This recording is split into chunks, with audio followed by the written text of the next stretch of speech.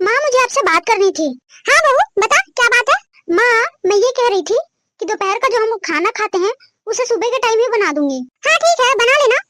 माँ एक और बात करनी थी। हाँ बता और क्या बात करनी है तुझे। माँ क्या मैं सूट पहन सकती हूँ, बहुत गर्मी है। इतनी गर्मी में मुझसे साड़ी में काम नहीं होता। क्यों बहू साड़ी में क्या खराबी है और कहाँ इतनी गर्मी है, मुझे तो नहीं लग रही है गर्मी। एक हमारा जमाना था, कितने भी मेहमान हो, धूप हो गर्मी हो पसीना हो, हमने हमेशा साड़ी में ही काम किया है समझी।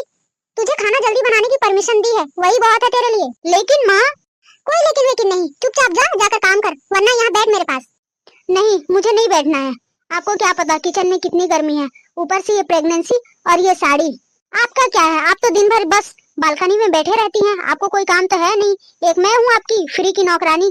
बस बहू ये मत भूल कि सास हूँ तेरी, मुझसे जुबान लड़ाएगी तू। आप भी ये मत भूलिए कि बहू हूँ आपकी। और हाँ 4 मंथ की प्रेग्नेंट हूँ, आपके बेटे की बच्चे की माँ बनने वाली हूँ। हाँ हाँ पता है, पर क्या तू अकेली ही माँ बन रही है, हम भी माँ बने हैं, हमने भी प्रेगनेंसी में बहुत काम किया है। यहाँ हो क्या रहा है, वही जो रोज होता है। बहू तो अंदर जा, जाकर काम कर, जबान मत लड़ा मेरे साथ। बहू ओ बहू, बहू उठ जा बहू। क्या हुआ माँ जी, क्या हुआ बताओ। बताओ माँ क्या हुआ, ठीक से सोने भी नहीं देती हो आप। उधर मेरी बेटी मर रही है और तुझे सोने की पड़ी है, मर रही है। माँ क्या हुआ दीदी को। अरे वो बीमार है, उसका कॉल आया था। तू सुन, तू रमन को कॉल कर और उसे घर बुला। ठीक है माँ। ठीक है कि बच्ची अभी कर, मेरे सामने कर। हेलो हेलो हेलो, हाँ सुनिए, वो दीदी बीमार है, माँ आपको घर बुला रही है, उन्हें देखने जाना है। थोड़ा जल्दी आइए। हाँ हाँ थोड़ा जल्दी आइए ना प्लीज, माँ का रो रो के बुरा हाल हो गया है। ठीक है माँ फिक्र मत कीजिए, ये आ रहे हैं आधे घंटे में। हे भगवान मेरी बेटी का बस ख्याल रखना। कुछ नहीं होगा माँ, आप चिंता मत करो। हाँ बहू बस भगवान करे कि कुछ मत हो उसे। ठीक है बहू तू भी रेडी हो जा, हम लोग भी रेडी होते हैं, जैसे ही रमन आएगा हम लोग रीमा के घर निकलेंगे। माँ माँ माँ क्या हुआ रीमा को, इतनी अर्जेंटली बुलाया तुमने, बात क्या है। पता नहीं बेटा, बोल रही थी बीमार हूँ और कोई मेरा ख्याल नहीं रख रहा है और कोई मुझसे बात भी नहीं कर रहा है। चलो ना देख आते हैं उसे। माँ अगर ऐसी बात है ना तो नहीं जाना मुझे। क्यों बेटा। माँ रीमा अपने ससुराल वालों से झगड़ा करके बैठी होगी, मैं जानता हूँ उन लोगों को, वो बिल्कुल भी ऐसे नहीं है, वो तो बिल्कुल सीधे और शरीफ लोग हैं। मैं नहीं मानता कि वो लोग ऐसा भी कर सकते हैं, जरूर हमारी रीमा ने ही कुछ किया होगा। रमन बहन है वो तेरी, दुश्मन नहीं है। बहन है इसीलिए तो पता है माँ, उसके रग रग से वाकिफ हूँ मैं, दुश्मन होती ना तो देखता भी नहीं, पता होना तो दूर की बात है। रमन माँ आप जानती है वो कितनी मतलबी और कामचोर है। वो सब मुझे नहीं पता बेटा, लेकिन वो मेरी बेटी है, मैंने उसे पैदा किया है पाला है, मैं उसके साथ गलत होते हुए नहीं देख सकती। हाँ उसके साथ गलत नहीं हो रहा है, वो तो खुद गलत कर रही है और आप उसकी गलतियों को इग्नोर कर रही हो। रमन बस कर अपनी बकवास और चुपचाप मुझे रीमा के पास ले चल, वरना मैं ऑटो लेकर खुद चली जाऊंगी। माँ मैं आपको कैसे समझाऊं, मुझे तो किसी चीज की समझ ही नहीं है ना। माँ मैंने कब कहा कि आपको समझ नहीं है, तुम्हें रीमा के घर जाना है ना, चलो। माँ मैं आ गई। रीमा बेटा तू आ गई। हाँ माँ मैं आ गई। कैसी है बेटा तू। ठीक हूँ माँ, मुझे क्या हुआ है। तू बीमार है ना बेटा। हाँ माँ बस हल्का सा बुखार है। अगर तुझे बुखार था तो तू वहाँ रेस्ट करती, यहाँ क्यों आ गई। वो इसलिए भैया क्योंकि यहाँ से अच्छा रेस्ट और कहीं नहीं हो सकता। दामाद जी नहीं आए बेटा। नहीं माँ वो बिजी हैं। सच बता रीमा क्या किया तूने। मैंने क्या किया भैया, तो तू यहाँ क्यों आई है, तेरी शादी को मुश्किल से 2 महीने ही हुए हैं और तू इसमें भी 5वीं बार मायके आई है, वो भी झगड़ा करके। तो क्या करूँ मैं भैया, दिन भर काम करवाते हैं, खाना बनवाते हैं, दिन भर कोई ना कोई आता रहता है, ऊपर से कोई मेरी बात भी नहीं सुनता, बस महंगाई का रोना रोते रहते हैं, शॉपिंग पे भी लेके नहीं जाते, घूमने फिरने लेके नहीं जाते, तो मैं क्या करूँ आप बताओ। सीधा सीधा बोलना कि तू कामचोर और सेल्फिश है। देख रीमा पैसा बहुत मुश्किल से कमाया जाता है, इसलिए उसे सोच समझ कर खर्च करना चाहिए।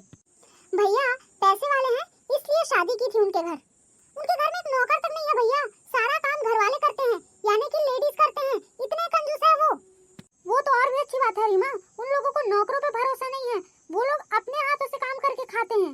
मुझे नहीं पता भैया। मतलब तुझे दामाद जी से प्यार नहीं है भैया। तो फिर तू उन्हें छोड़कर बार बार मायके क्यों आ जाती है रीमा। एक बात बता, वो तेरा ख्याल नहीं रखता है क्या, या फिर तेरी जरूरतें पूरी नहीं करता है, या तुझसे प्यार नहीं करता है, या फिर तेरे साइड से नहीं बोलता है। बोल रीमा चुप क्यों है, बोल। करते हैं भैया। तो फिर तू ये सब क्यों कर रही है। अरे बस करो तुम दोनों, रमन जा तू ऑफिस चला जा और रीमा तू अंदर चल रेस्ट कर ले, बहुत हो गया तुम दोनों का लड़ना, जब से आए हो लड़ रहे हो। रीमा तू रेस्ट कर, रमन तू ऑफिस जा। रीमा जा एक गिलास पानी ला देना, बहुत प्यास लगी है और बहुत थक भी गया हूँ।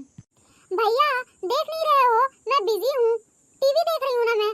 भाभी रसोई में है, आवाज दे दो ना। रीमा तेरी भाभी के पास और भी काम है, थक जाती है वो। और मैं नहीं थकती। देखो भैया मैं रेस्ट करने के लिए मायके आई हूँ, ना कि काम करने के लिए। तुझे कौन सा काम बोला है मैंने, एक गिलास पानी ही तो मांगा है। देखो भैया मैं मेरे माँ बाप की इकलौती बेटी हूँ, आज तक उन्होंने मुझसे एक गिलास पानी नहीं मांगा, तो तुम कौन होते हो मांगने वाले। उन्होंने हमेशा मुझे परी की तरह रखा है। ये लो पानी। दीदी से तो कहना ही बेकार है, फिर भी कहते क्यों हो आप। दीदी आप रेस्ट करो। भाभी आप ताना मार रही हो मुझे। मैं ताना नहीं मार रही हूँ दीदी, ये हकीकत है।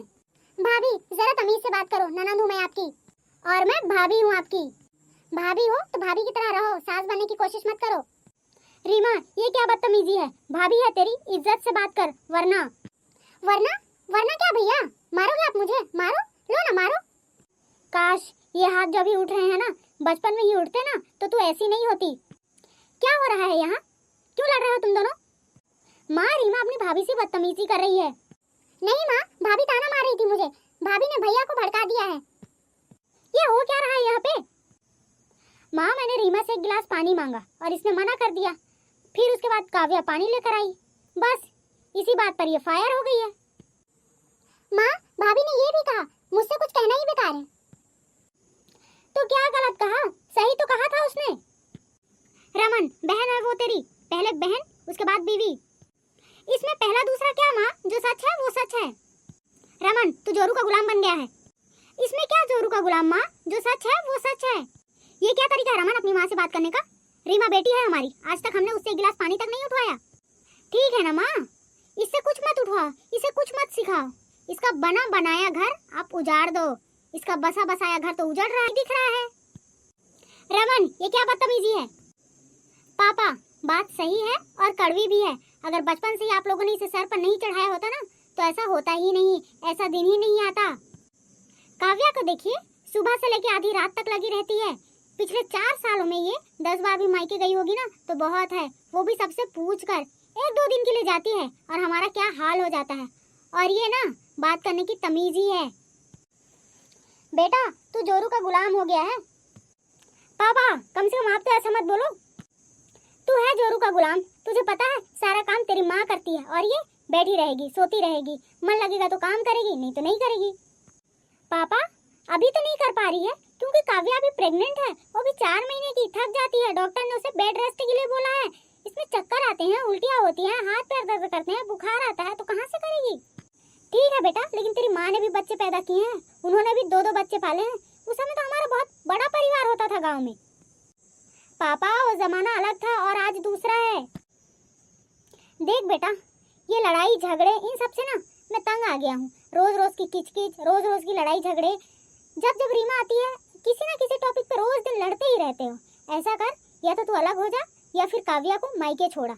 हर 10 दिन में तो ये डॉक्टर के पास जाती है, रोज इसके लिए फल फ्रूट आते हैं, काजू किशमिश आते हैं, रोज रोज इसका तबीयत खराब हो जाता है, बहुत खर्चे हो जाते हैं बेटा। हाँ रमन तेरे पापा सही कह रहे हैं, ये औरत सही नहीं है, तू ले जा इसे। तुझे पता है सुबह से ये मुझसे पूछने आई थी सूट पहनूं कि नहीं, मना कर दिया तो उल्टा मुझे सुनाने लगी कि माँ जी आप तो दिन भर बैठी रहती हैं। पूछ अपनी बीवी को, पूछ।